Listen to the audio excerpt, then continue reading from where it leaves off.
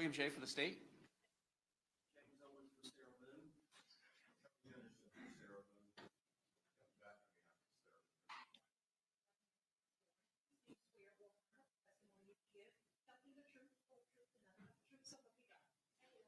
Ma'am, good morning. Can you state your full name and date of birth for the record for me?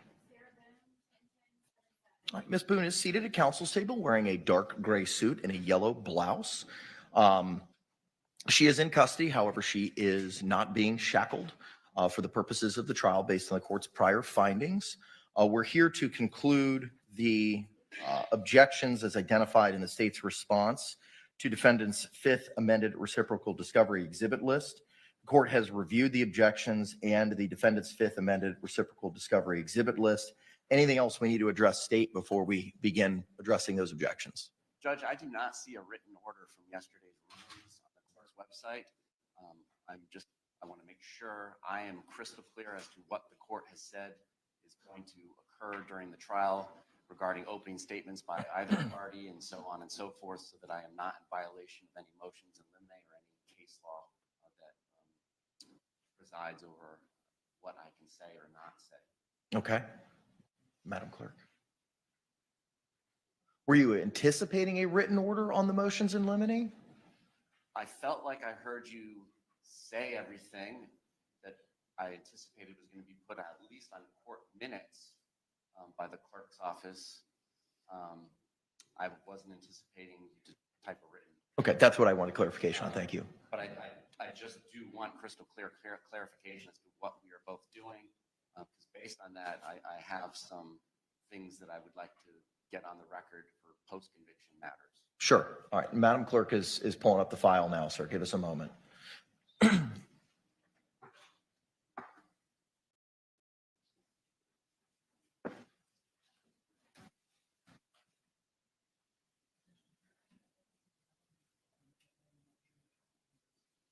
You did not.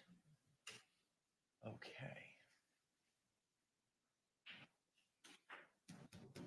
Madam Clerk is advised that court minutes were not prepared for the ruling from yesterday due to it taking place during the trial and jury selection. So digital was not providing recording services yesterday. So it would have been Madam Court Reporter. So I would have to beg and plead if she's able to get me a copy of what it was so that it can be re-reviewed so that we're all on the same page for that. Thank you. Madam Court Reporter, how long do you think that would take you? Is that acceptable? Can we address it at 1:30 before we Makes it very difficult to prepare for opening statements when I don't know what I can say. No, I agree with you, and I'm not trying to, submarine anybody or put anybody in an inappropriate box, I but understand, but I need to know what I'm going to be allowed to say. I don't disagree. But is 1:30 acceptable? No.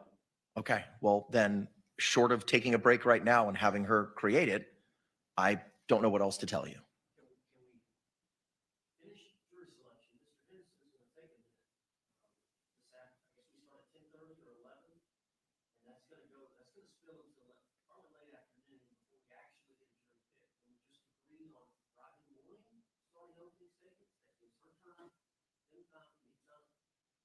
State? We have an out-of-state witness and people that are scheduled to come in. So we do see problems with that. Okay. I don't know how long jury selection is going to take this morning. I can't recall off the top of my head how much time the state said, or the defense said they were going to need for the purposes of their questioning. So, Mr. Henderson, how much time do you think you're going to need, sir? Hour and a half. Okay.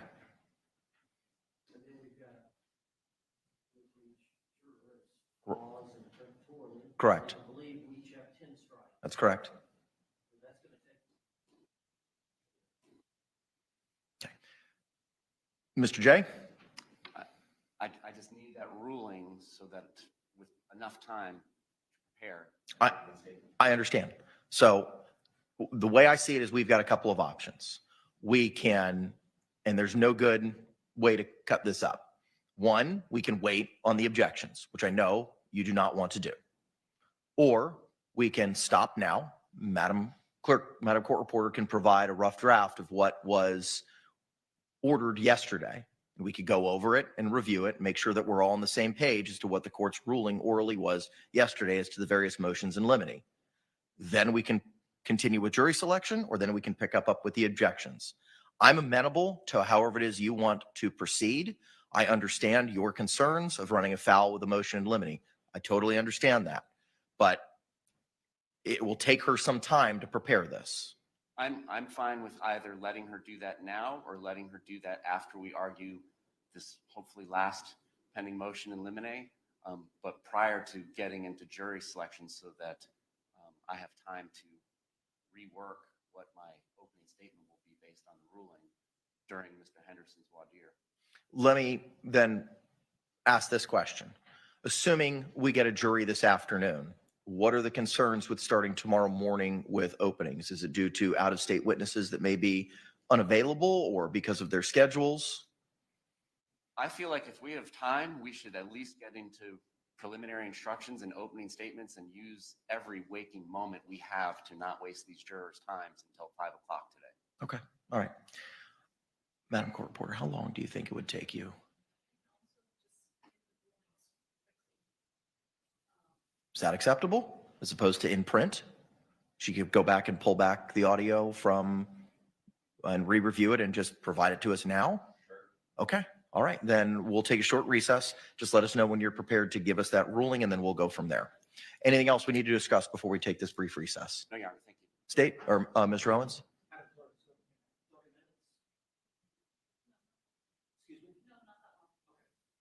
How long do you think? 10, 15, 20? Okay, great. All right, we'll be in recess till 9:45. Thank you. Yes, sir. Yes, sir. Yes.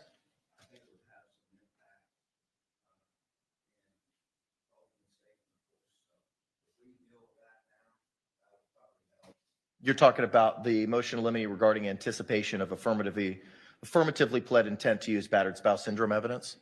Fine.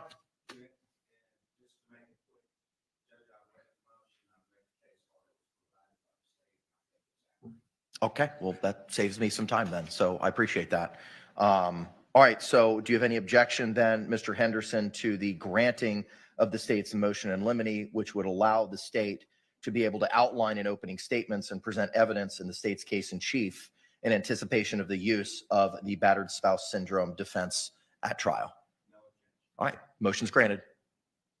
All right, we'll be in a brief recess till 9:45.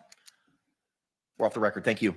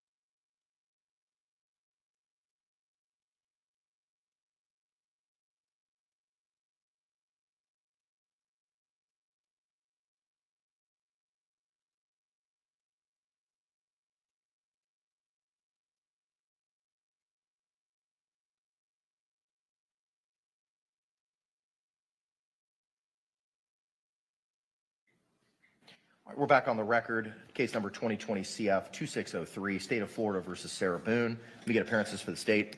James Owens for Sarah Boone. Tony Anderson for Sarah Boone. Mr. Battered. Okay, Ms. Boone is seated at counsel's table wearing the same clothing from this morning. Ms. Boone, a third of your defense team is not present at the moment.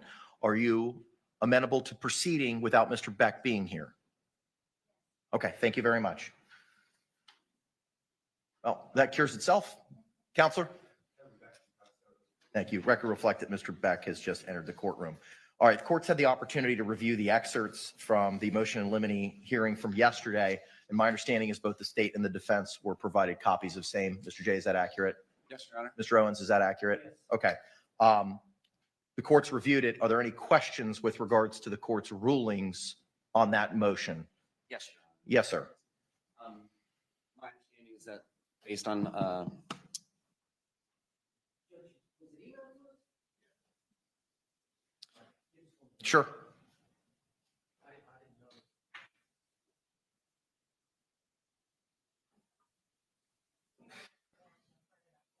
know. Madam Clerk's providing you a printed copy, sir. Thank you, ma'am.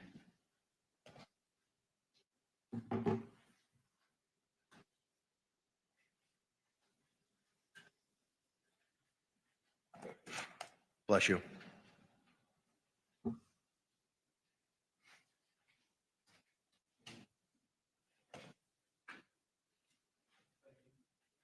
Have you had the opportunity to review that excerpt yet, Mr. Owens? All right, go ahead and take a look at it.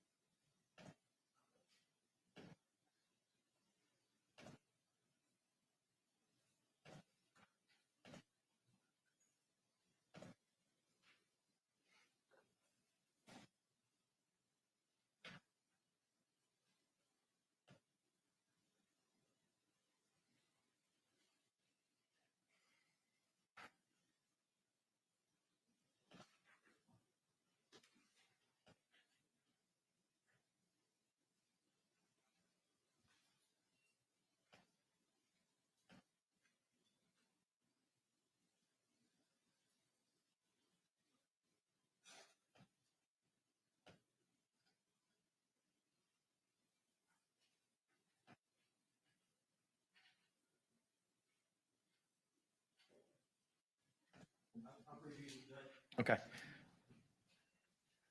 All right, Mr. J, you may proceed. thank you, Judge. We are referring to a rough draft printout that the court reporter made. It's 4 pages of part of your rulings from, there were several motions yesterday, but in this one, it's on page 1, lines 22 through 24. Part of the court's ruling was it's indisputable that an overt act needs to be provided under the Holland case by the Florida Supreme Court prior to battered spouse syndrome evidence coming in. And perhaps the state wasn't clear in its request, and I apologize if I was not in our motion though, but paragraph 24 of the state's motion includes a quote from the Holland case. However, before a defendant may introduce evidence of the victim's character, he must first show that there was an overt act by the victim at or about the time of the incident that reasonably indicated a need for self-defense. Holland versus State, 916 Southern 2nd, 750, page 760 of that opinion, a Florida Supreme Court case from 2005, which was quoting Quintana, Quintana versus State, 452 Southern 2nd, 98, page 100, a Florida first DCA case from 1984, also quoting Williams versus State, 252 Southern 2nd, 243, 246 is the page, Florida 4th DCA 1971, Reed, R-E-I-D versus State, 213 Southern 3rd, 1110 at page 1111. Florida 50 CA 2017. Rudin versus State, 182 Southern 3rd, 724 at page 726, Florida 1st DCA 2015. So what we were asking for is in addition to the battered spouse syndrome expert testimony to not be mentioned prior to an overt act being laid was any evidence of the victim's character, including reputation or prior bad acts. We apologize if that was not clear, since the motion is titled the battered spouse syndrome evidence, but the backbone and basis of that battered spouse syndrome is obviously prior bad acts by the victim. So we are seeking a pretrial ruling as well on the admission of prior bad acts, specific bad acts, or reputation evidence of the decedent. Thank you. Response.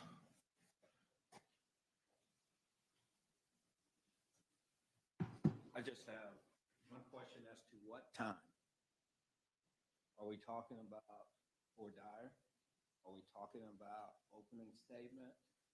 At what time are we talking about? During the testimony in the trial. That was my takeaway. Okay, he's absolutely correct. Okay, then the motion's granted. So the court's going to rely on that specific excerpt in Holland, 916-7-2-750 at pinpoint 760 through 761. Beginning with, as a general rule, evidence of a victim's character is inadmissible to prove actions in conformity with it on a particular occasion, section 90.4041 Florida statutes. However, when a claim of self-defense is raised, a defendant may introduce evidence of a victim's character to establish who the aggressor was, or that the defendant was apprehensive of the victim at the time of the homicide. Internal citations omitted. However, before a defendant may introduce evidence of the victim's character, he must first show that there was an, quote, overt act by the brackets victim, end bracket, at or about the time of the bracket incident, end bracket, that reasonably indicated a need for bracket self-defense, end bracket, internal citations omitted. That's the standard. So hearing no objection from the defense, the motion will be granted. Judge, just my understanding, clear on the record. It's just procedurally correct. Procedurally, before we can put evidence of that, there has to be a claim of self-defense. That has to come from someone, and in this case, we all know that has to come from the state. Okay, received and understood. Any other clarifications for the purposes of opening or trial based on the court's oral rulings on the state's motions in limine yesterday? No, Your Honor. And then the only other thing that beg of the clerk of the court and the court is just that we can have some written rulings, even if it's just minutes from all the motions that were ruled upon yesterday, at some point, for the record, for the 6th DCA.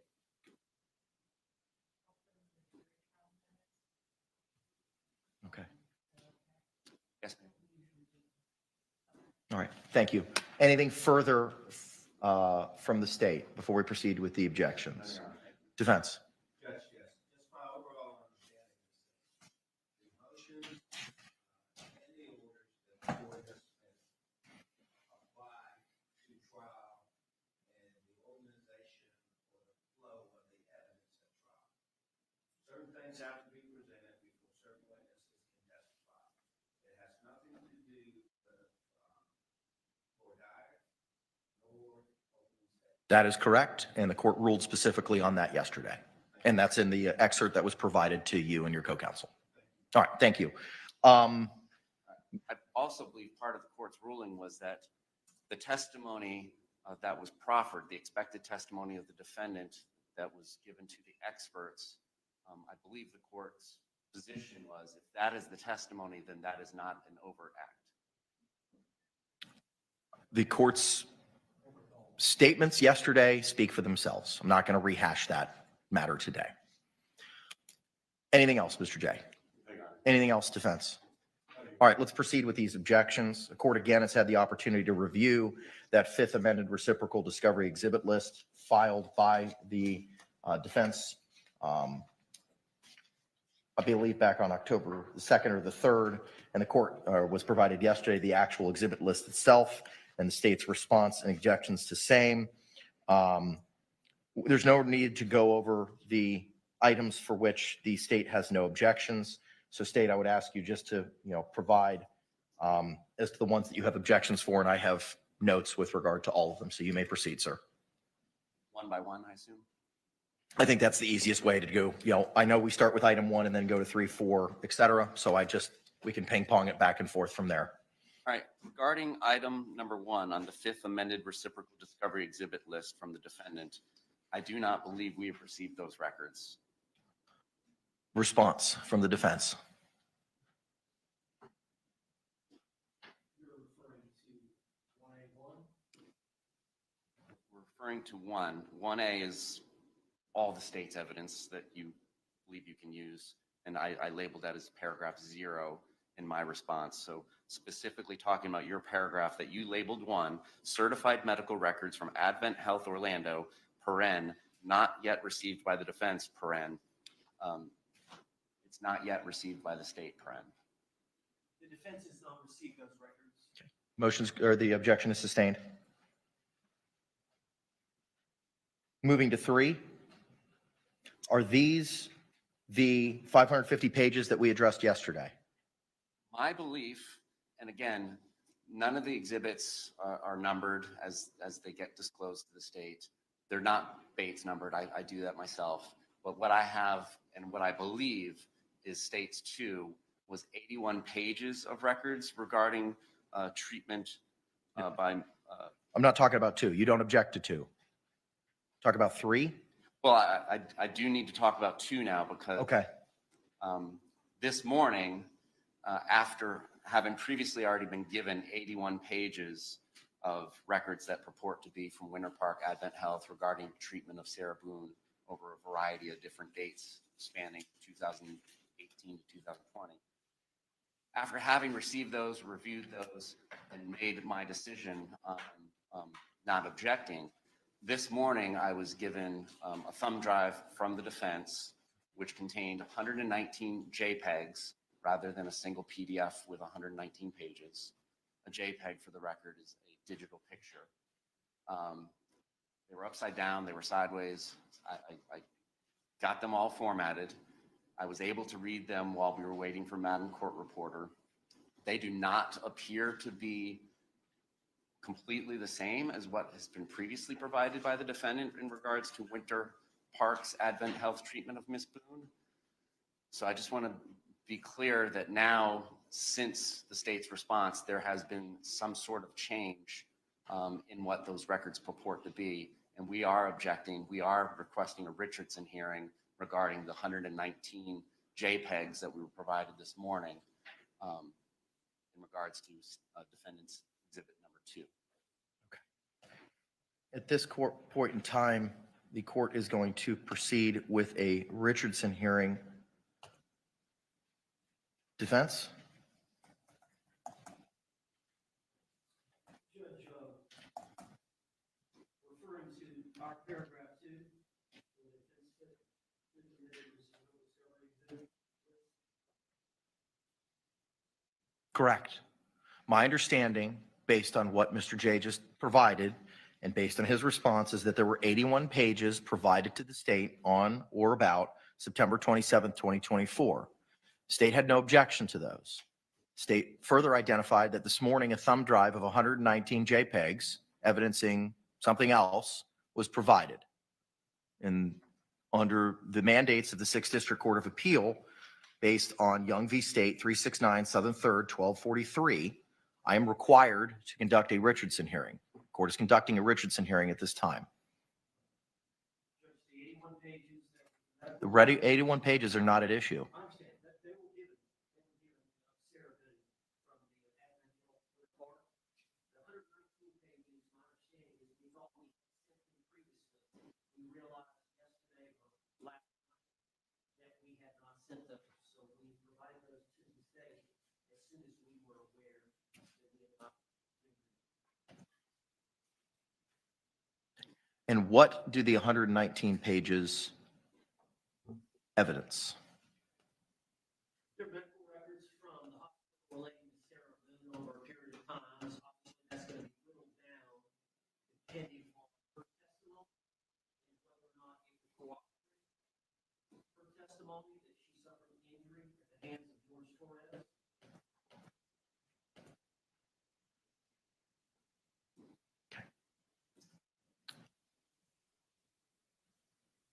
I need more specifics than that.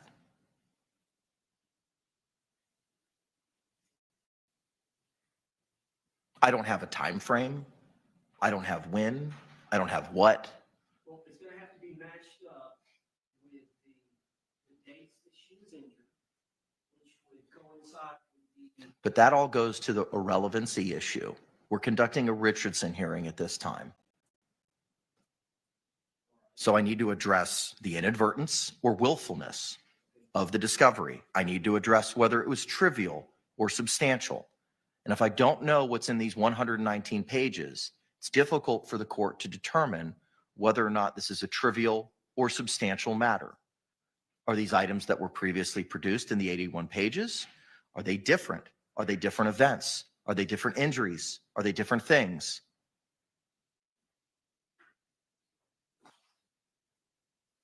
Moreover, I need to make a determination as to whether this violation had an impact on the ability for the state to properly prepare for trial. Those are the three prongs that I need to address.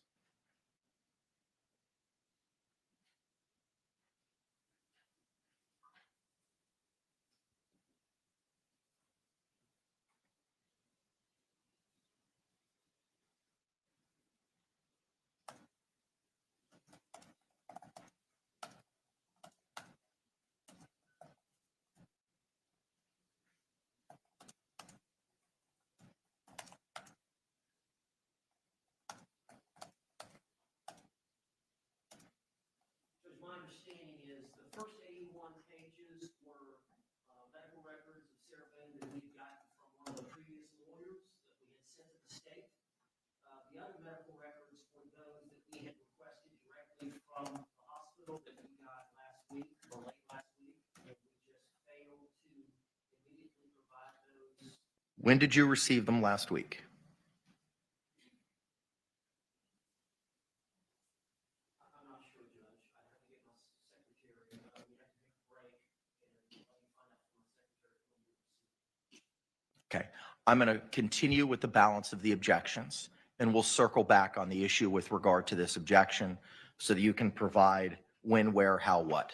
My staff is Understood. texting her. All right. I'll make a note to circle back to this issue. Moving to number 3. Is this the Advent Health Winter Park Jorge not yet received by the defense? State's response reveals a motion in limine was filed regarding this motion. Is that the 550 pages that we addressed yesterday? Yes, Your Honor, the state still has not received a whittled down exhibit that they plan to introduce at trial. The court ruled on that yesterday regarding the blood alcohol content records, and the narrative would be admissible.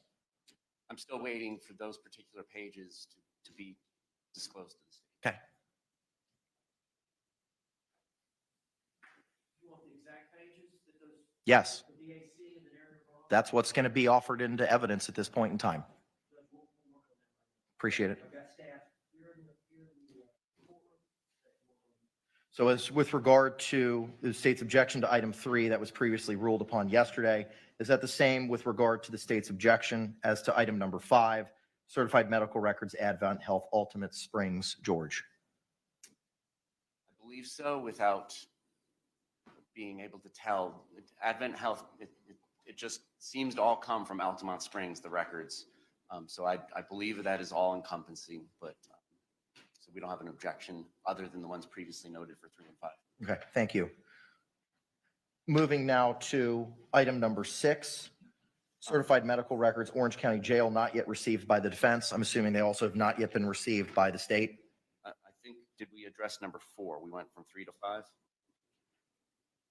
Oh, I apologize. You're correct. Or certified medical records, Advent Health, Altamont Springs, Sarah, not yet received by the defense.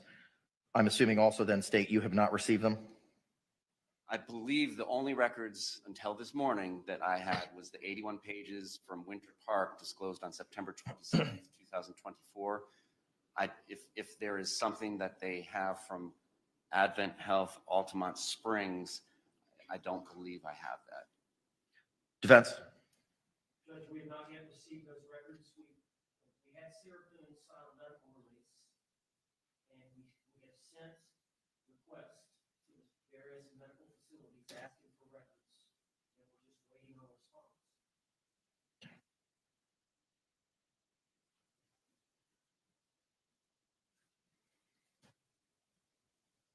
The objection sustained.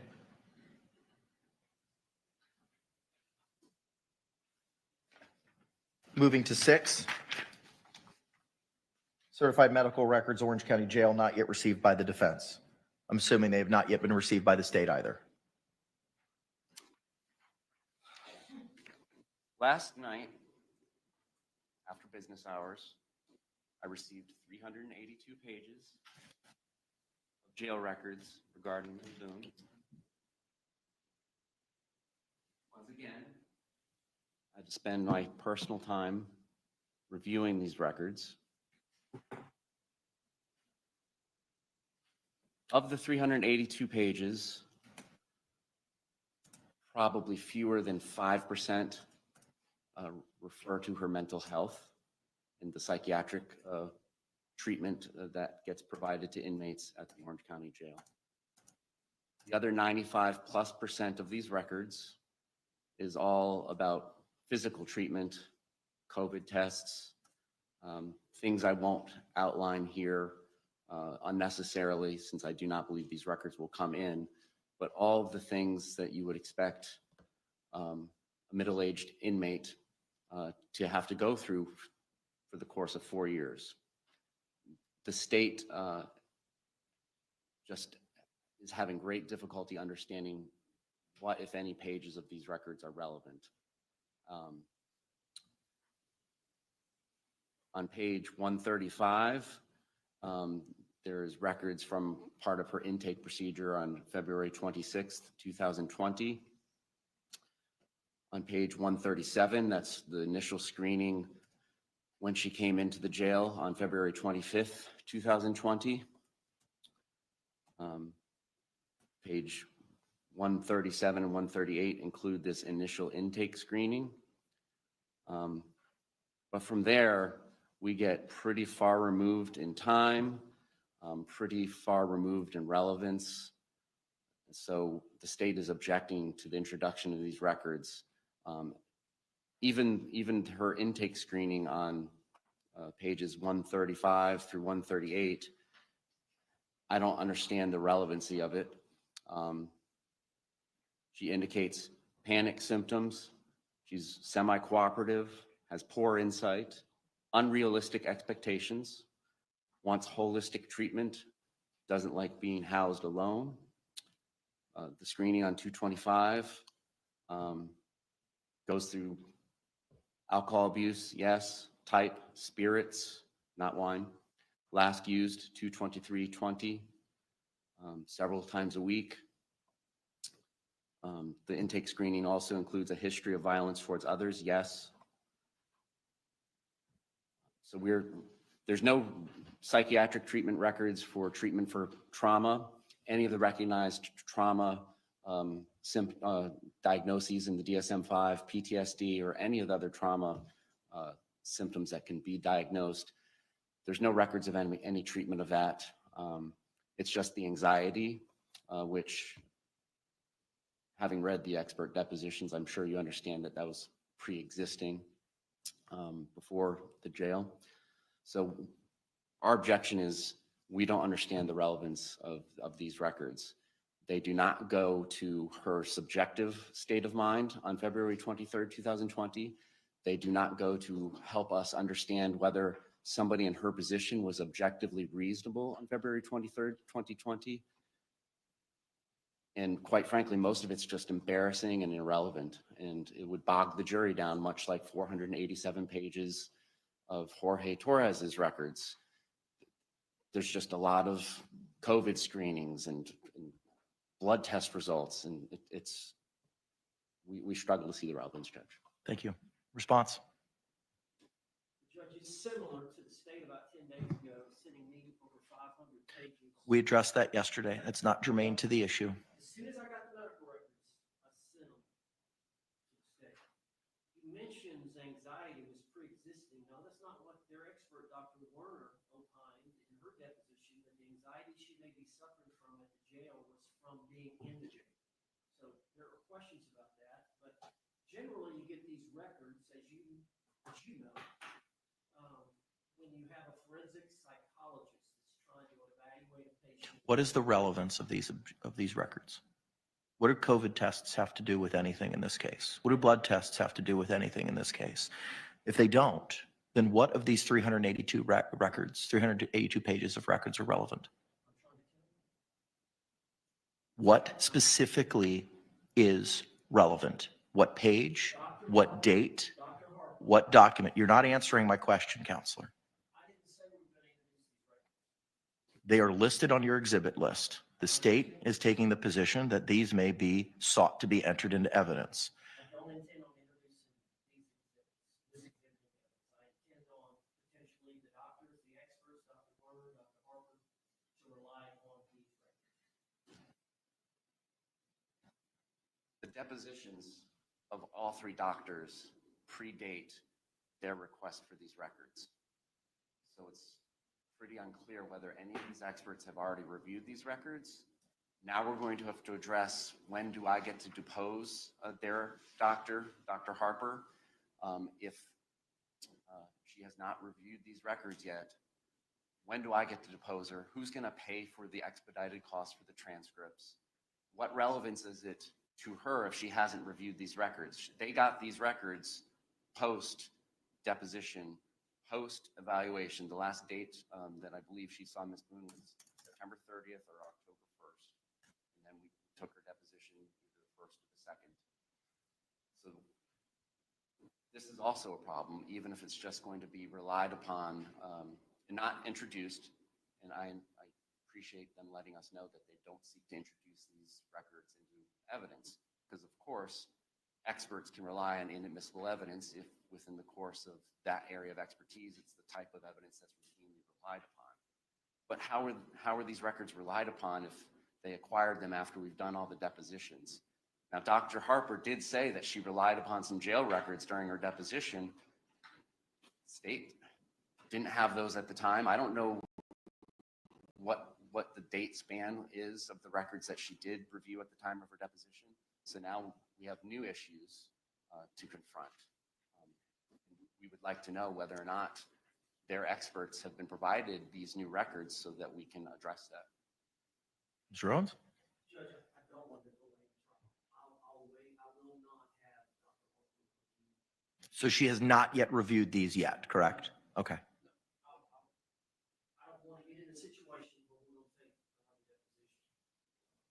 So I'll wait. I will not ask her to review. Okay. State with, That was the only purpose. okay. So state, understanding that tactical decision and that Dr. Harper is not reviewed and seemingly will not be relying upon these experts, does that cure any concerns that you have? Yes, sir. All right.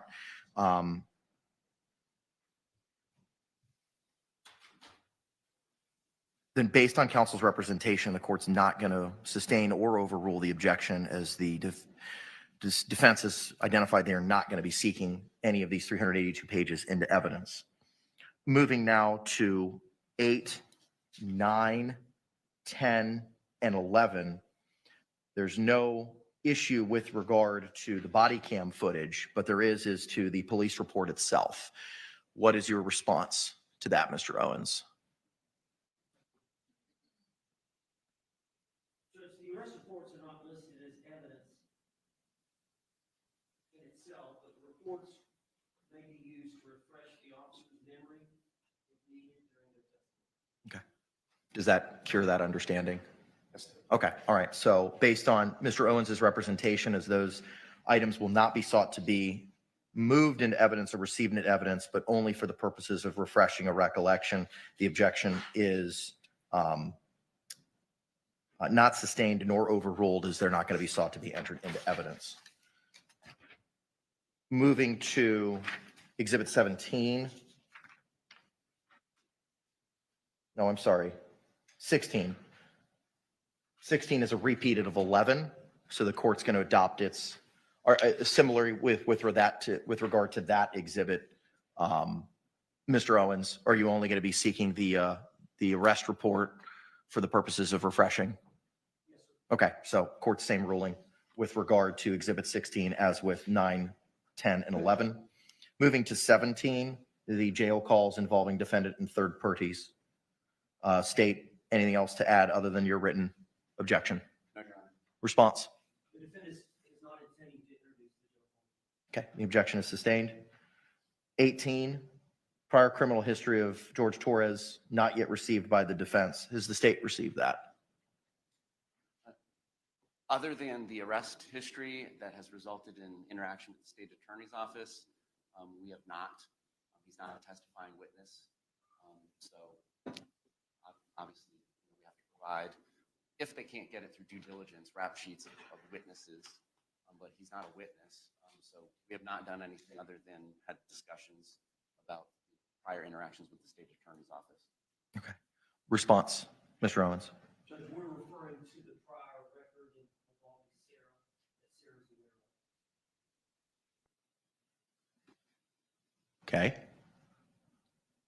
know he had some priors in Pennsylvania, and Massachusetts.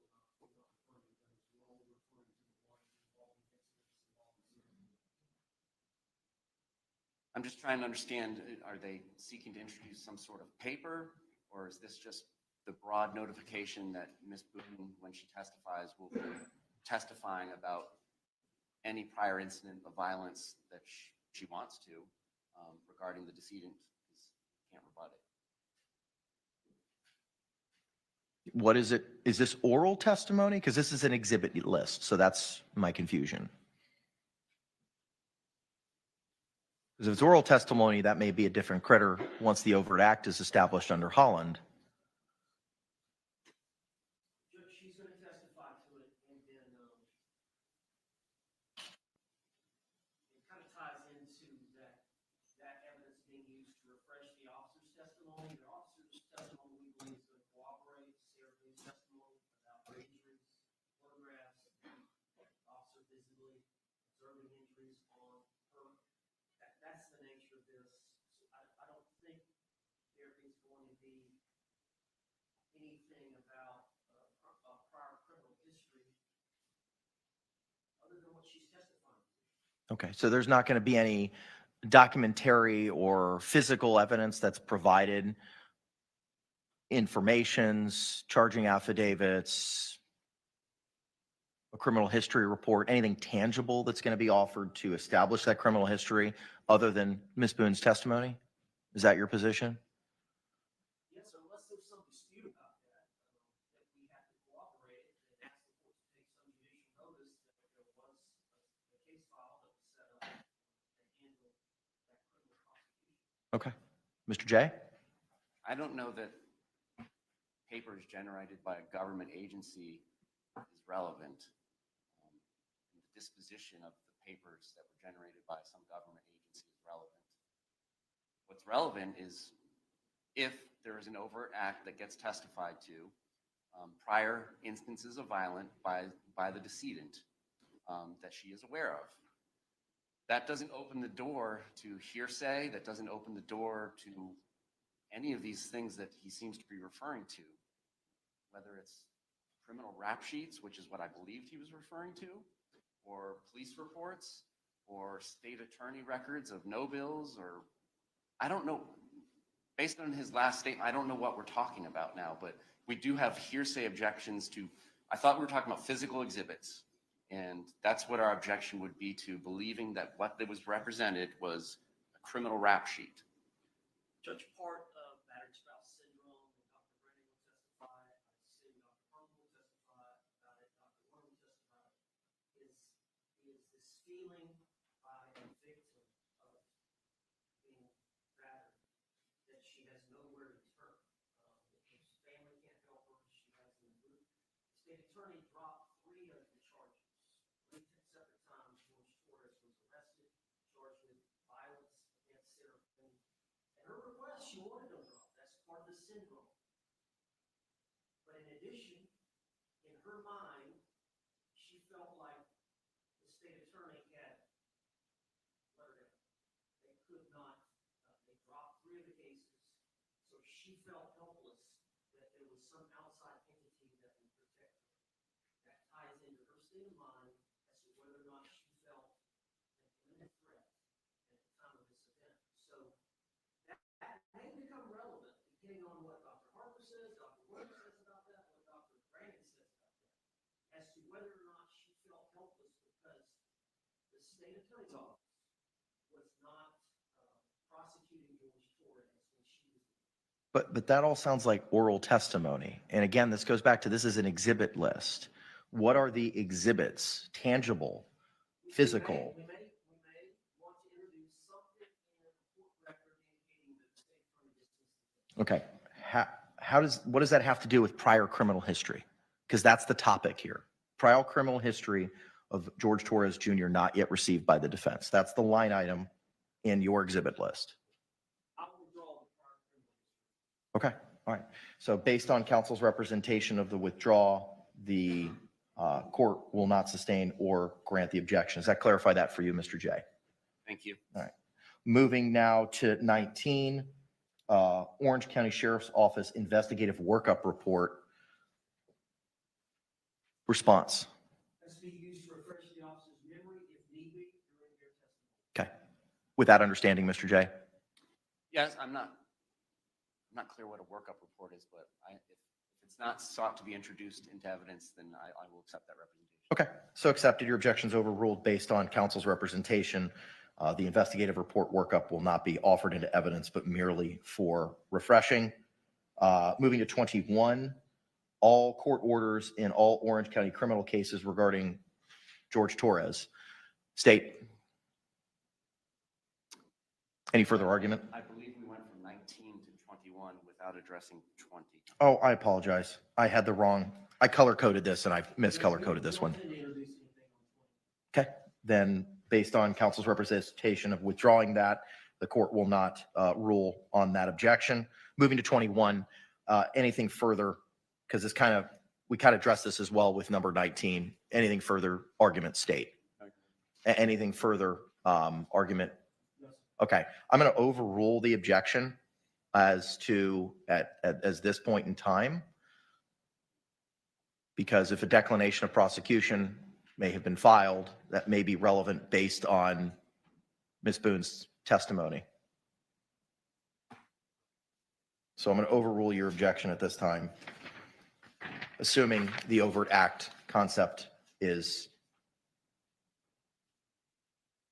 placed into evidence. Moving to 22, family law case file Boone v. Boone, case number 2017 DR 01660-0. I understand the state's objection as to relevance and hearsay. Response? Judge Brian Boone, the anticipated is going to testify for the state, and he testified for the defense, and he may be considered an adverse witness or hostile witness, and so we may attempt to establish either bias on his part based on some of the documents or orders in the court record, or we may reflect for impeachment purposes the fact that he has not complied with some of the orders, and that the reason being is because of his feelings for the defendant. You know, he's now got full custody of their son and has had full custody for 4.5 years. That was not the agreement they originally had, and he was ordered to pay alimony, which he has failed to do as a result of her being incarcerated. So there's litigation going on. Brian Boone has counsel, Sarah Boone does not, and that force of their. What does Based on what he says, what does the non-payment of alimony have to do with what's happening in a family case? well, that, Judge, that goes to his testimony, that goes to his credibility, whether or not he can be impeached, that her in the position that she's in now, he's biased. And to show that he's biased, that he has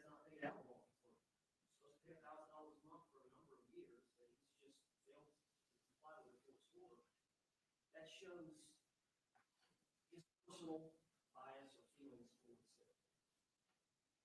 Response? Sounds like this is ongoing pending litigation that has not been decided by a circuit court judge in the Ninth Circuit Family Division. And I can certainly understand why one may believe they don't need to pay alimony when their spouse is incarcerated.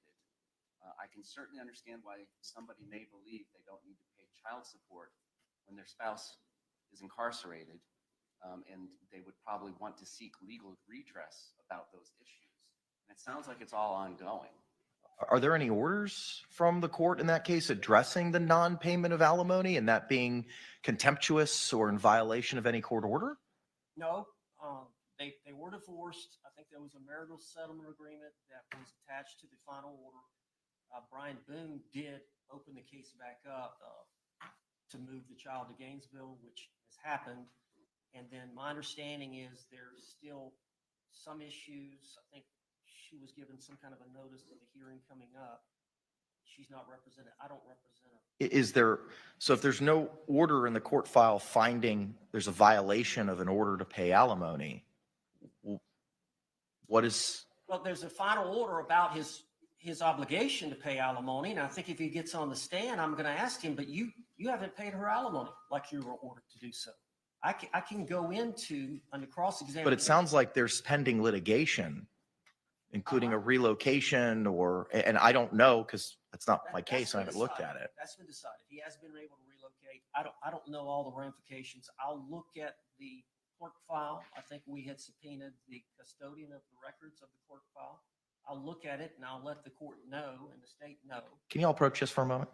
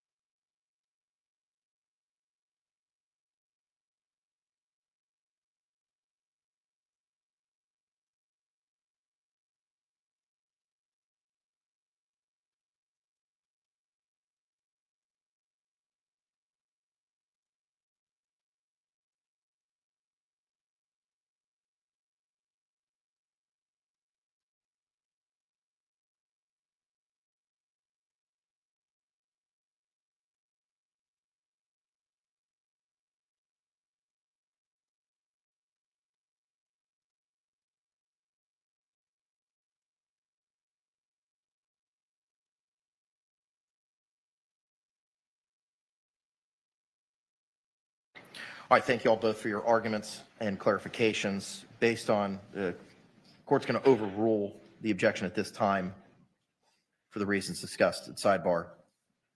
Moving now to 23, the policies and procedures of the Orange County Sheriff's Office regarding Miranda. Have those been received by you, Mr. Owens? Yes, sir. Okay. I'm no longer seeking to introduce those. Okay, all right. Based on counsel's representation, court takes no action on the state's objection. Same with 24.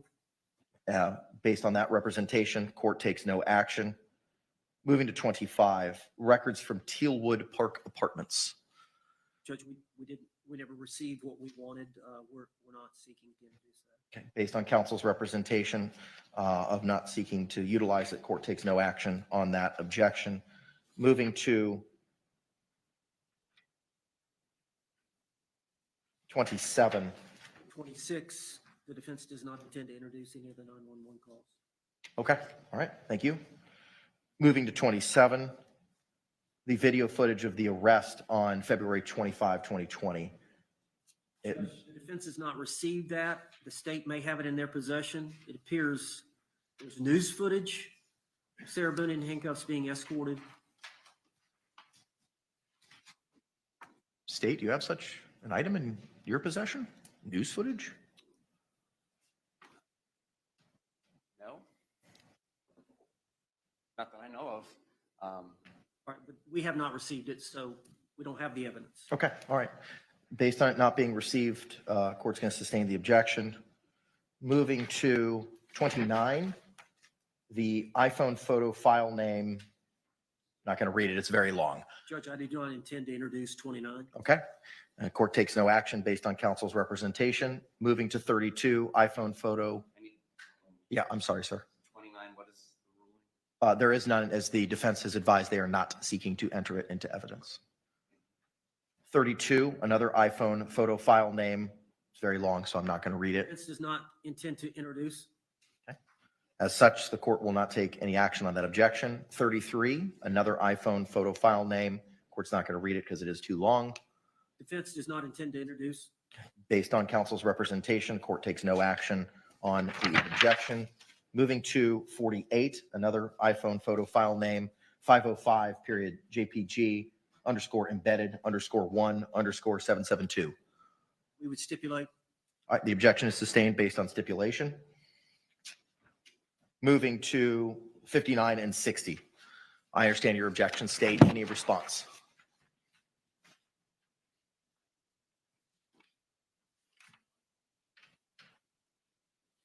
Any and all exhibits previously listed by the state? Mhm.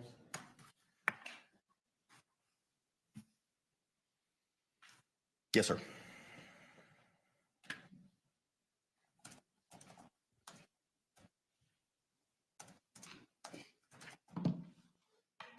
Judge, Mr. J is a smart lawyer with a lot of experience. He's board certified. He's filed this motion in limine to disallow the battered spouse syndrome twice. And yesterday, we were forced to disclose the overt act that constituted our defense that tied in with the self-defense. And so tactically, he was able to get us to that posture, so he knows our defense and how we're coming at it. The problem is the state has not been forced to give the details of what they allege Sarah Boone's overt acts or non-acts. I need to clarify something. There was no forcing yesterday. The court reviewed Dr. Harper's deposition, and there was no overt act that she had testified to. She was specifically inquired about any imminent fear, and there was no response to those questions. The word overt act did not appear in any of the 4 or 5 sessions that she had with Ms. Boone. And the state was seeking, as we addressed yesterday in limine, to prohibit that. I disagree with that. That was his deposition. He tried to control the witness. He kept cutting her off. He wouldn't let her finish explaining. I certainly wasn't going to do it. She's going to testify in trial about it. It's not my fault that he felt like he got the answer he wanted and he moved on. He didn't ask for any elaboration about that. But that's going to come out. But I understand that's all you had. But we had to do that. The state has not had to do that. And I understand under the Sixth Amendment that we have a right, the accused has a right to be informed of the nature and cause of the accusation. And the problem with that boilerplate information is we don't know what they're claiming that she actually did, overt act or omission, that constituted second-degree murder. So because of that, we have to list everything because we don't know. It's like he wants to know. He wants the court to make rulings so that he can tweak his opening statement based on the court. The same with us. We don't know how to respond to their opening until they give it because we don't understand the full nature of what they're alleging Sarah Boone did to constitute second-degree murder. So in an abundance of caution, we've got to list everything that may be relevant, but we don't know yet because we haven't heard. I would like to renew, they've renewed their motion on battered spouse. I would like to renew my motion for a statement of particulars so that I could know, the defense team could know what it is exactly that the state attorney is alleging that Sarah did or did not do that constitutes second-degree murder. It's a serious charge. This is not, it's a unique case. It's not something that happens every day. And that's why we believe that it was proper under that rule of a statement of particulars so that we could be informed about what it is exactly that they claim that she did criminal so that we could prepare a defense. And it goes to directly to this point, which is they want to know why we want these documents and what documents specifically are y'all going to use. Well, it's difficult to tell when we don't know what we're accused of. Any response, Mr. J? Yes, sir.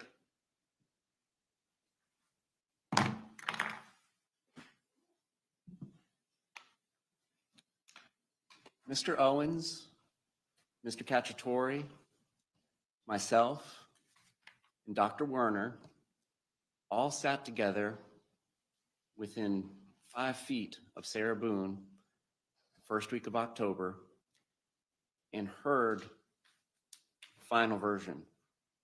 It's not very dissimilar from the version of Dr. Harper, but Dr. Werner's deposition was provided to the court previously for our motion to eliminate. I don't understand the position they're taking that they were forced to show their cards when Dave Cacciatore and myself and Mr. Owens and Dr. Werner were all there together to hear her version. And her version is, it was all fun and games. It was Sunday fun day. He gets into the suitcase. We're all laughing. I zip it shut. We're still laughing. There comes a point in time when he says, I can't breathe. This triggers her based on her past abuse, no overt act that day. And she begins violently doing the things to the suitcase that she says she did, whacking him with the baseball bat on his fingers. And now, after being the initial aggressor, now after having committed a forcible felony or two, now after having put Mr. Torres in a reasonable fear of death or great bodily harm, she says, well, she realizes now if he gets out after these things that I've done to him, I'm in big trouble. And it's my understanding that we have had this discussion and that if that is the proffered testimony, that that is not going to amount to an overt act, which will allow for reputation evidence, past incidents of violence, or the battered spouse syndrome evidence. That they weren't forced to show their hand. I was there. The rules of criminal procedure allowed me and Mr. Cacciatore to be there and to witness this evaluation. So that being said, we're not abusing the system. We're not doing anything that we're not allowed to do. And we're making every effort to make sure that we understand how this trial is going to go down and how they, and Ms. Boone understands how the trial is going to go down. Because my understanding of how it's going to go down is she's going to have to testify to the specific events of that day. And right up when she comes to the point to saying, and when he said, I can't breathe, the state attorney, Mr. J, is going to object. He's going to ask to approach. He's going to say, Judge, there's been no change in her testimony. Unless there is, then that's a whole different bag of worms. But if there's been no change in her testimony, Judge, we got a ruling prior to this that there's been no overt act testified to. Now we're going to object to her answer of because of the past violence, and we're going to object to any further attempt to bring in prior violence, reputation evidence, or battered spouse evidence. I just want everybody to be clear and on the same page about that. Now, in regards to their request, a renewed request for a statement of particulars, they've had the discovery for several years. This is the state's case. A video that starts at 11:12:45 p.m. on 2/23/2020. Sarah, for everything you've done to me. Sarah, for everything you've done to me. Sarah, F you, laughter. Sarah, F you, laughter. Sarah, stupid. Sarah, that's my name. Don't wear it out. Sarah, I can't effing breathe, baby. Seriously. Yeah, that's what you do when you choke me. Sarah, Sarah, Sarah, laughter. Sarah, I can't breathe, babe. Laughter. That's on you. Sarah, I can't breathe. Laughter. That's on you. Sarah, unintelligible, drunken, slurred words. Laughter. Sarah, Sarah, Sarah, I can't breathe, baby. That's what I feel like when you cheat on me. Sarah, F you. I can't effing breathe, Sarah. You should probably shut the F up. Sarah. Shh. That's our case. That is an evinced, depraved mind, conscious disregard for whether he lives or dies, whether she put him in there or not, she let him remain for 2 minutes during that video. And then at 11:23:03 p.m., there's another 22-second video, and it just zooms in on the suitcase. Sarah. So that is a second-degree murder case when the medical examiner comes in and says, Jorge Torres, George Torres, died from positional asphyxiation and the asphyxiation from being in a confined space. And eventually, after Lord knows how many breaths, he expired in that suitcase when she went upstairs and went to bed. But in addition to those statements, we now have her new statements, which are she intentionally violently shook the suitcase, threw it upside down, hit him with a bat, committed independent forcible felonies. And that's going to be corroborated by the medical examiner's testimony to all the blunt force trauma to both sides of his face and his mouth. That is a second-degree murder case. That is what we're going to be presenting. This is a portion of what I will be telling the jury this afternoon. Any rebuttal? I wanted that in writing weeks ago. She was assessed, Sarah Boone, the defendant, was assessed at the Orange County Jail a couple of weeks ago by Dr. Warner, their rebuttal state's expert. The characterization that Mr. J just gave about her testimony, I do not agree with. There was 4 of us there. Dr. Warner, 5 of us there. Dr. Warner, Sarah Boone, myself, and the 2 prosecutors. The mistake we made was not recording that assessment. Because I can't testify to what she said. The 2 prosecutors can't testify to what she said. The only two people that can testify to what she said is Dr. Werner and Sarah Boone. We dispute their characterization of what she said. That's just going to have to be testified to by Sarah Boone and then Dr. Werner. And jury, while we're here, they are going to have to decide who to believe and what happened. But that is a jury question that we're all going to have to wait for. I appreciate the prosecutor giving me the evidence he intended to introduce to prove second-degree murder. It was something I was asking for a couple of weeks ago. Thank you. For the same reasons that the court identified when we had the hearing on the original motion for particulars, the court relies on its same ruling in the case law identified at that time.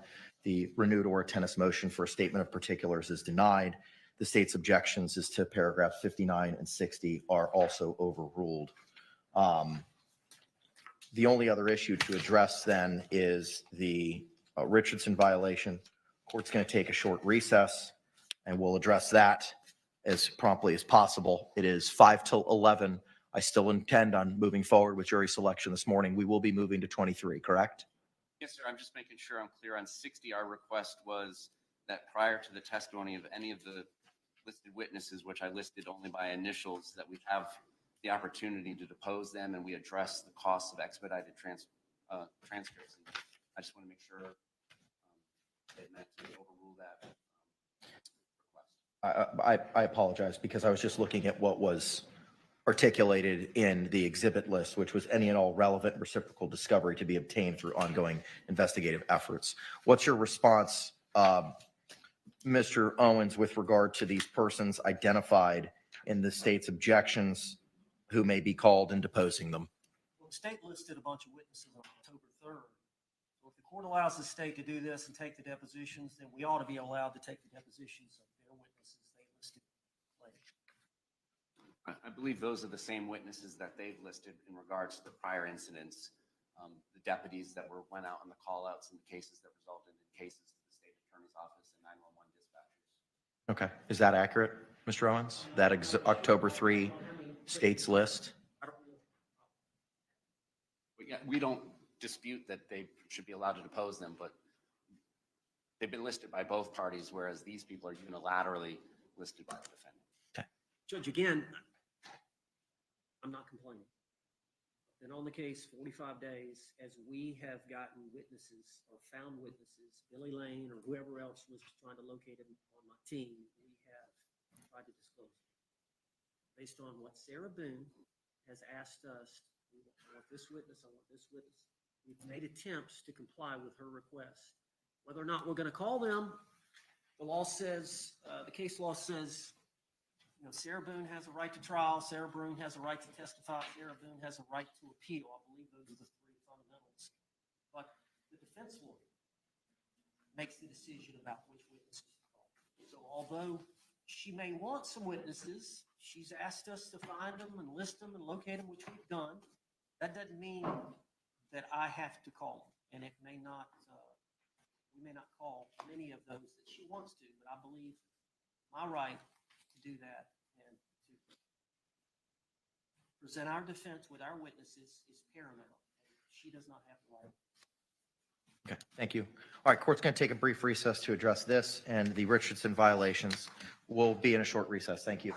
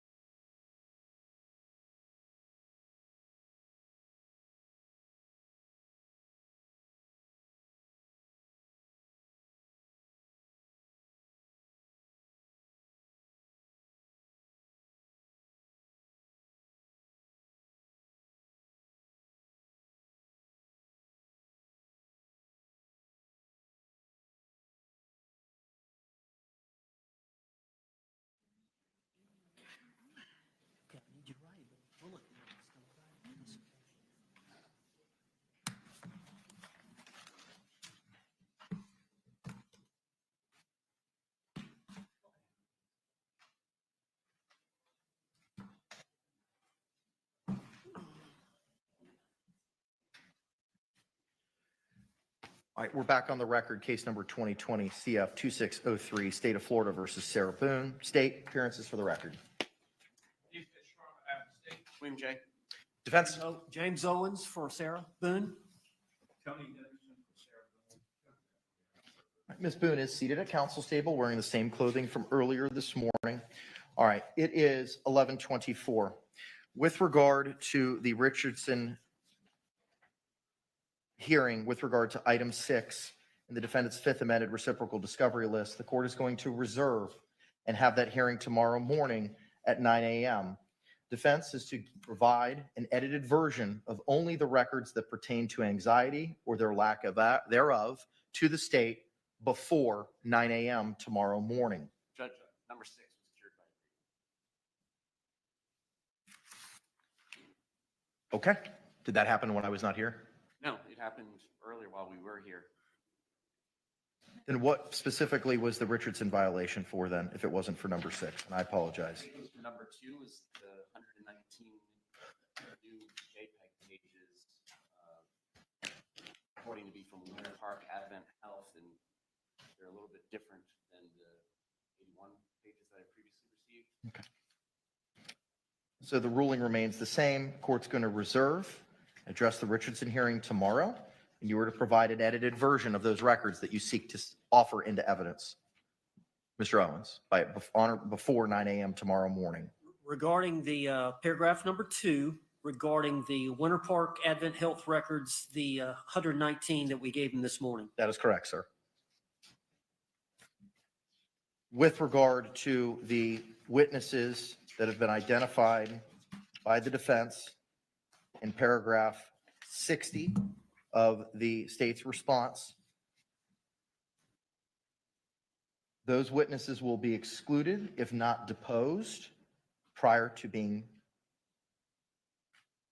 called as witnesses, and the defense shall pay for any and all expedited transcripts. All right, Judge, the same as should apply to them. There were 3 people that they gave us late that we didn't have before: Rachel Fenner, Meredith McCaskill, and Victoria Shelton. State response. Meredith McCaskill is an FDLE analyst that is substituting for an analyst that is unavailable during the trial period. So in an effort to not continue the case, we got a substitute analyst. So that's our reason for the late disclosure on her. And who were the other 2? Michelle Fenner and Victoria Shelton. And those are the 911 dispatchers. If we end up having to call them, then that's fine. We will pay for the expedited transcripts. What I would expect will not be lengthy nor expensive. Okay. Has the FDLE analyst that was originally set to testify been deposed in this matter? Mr. Cacciatore does not believe that the defendant ever deposed that person. Okay. Any other positions, Mr. Owens? Okay. All right. State will afford the same opportunity to the defense as provided by the state to the defense. Court's going to be in recess. It's 11:27. Hang on. Juror number. Yes, let me address that. Can I have the thing again, please? If you all still have yesterday's sheets from jury selection, Madam Clerk has advised that Jury Services has told us the juror in seat 25 wearing badge 63 called. The nephew that she cares for is ill and that she is not here due to caring for that child. He is not here due to caring for that child. State's response, if any. For cause. So stipulated, juror number 25 wearing badge 63 will be struck for cause. We'll advise the Jury Services to call them and tell them they do not need to report.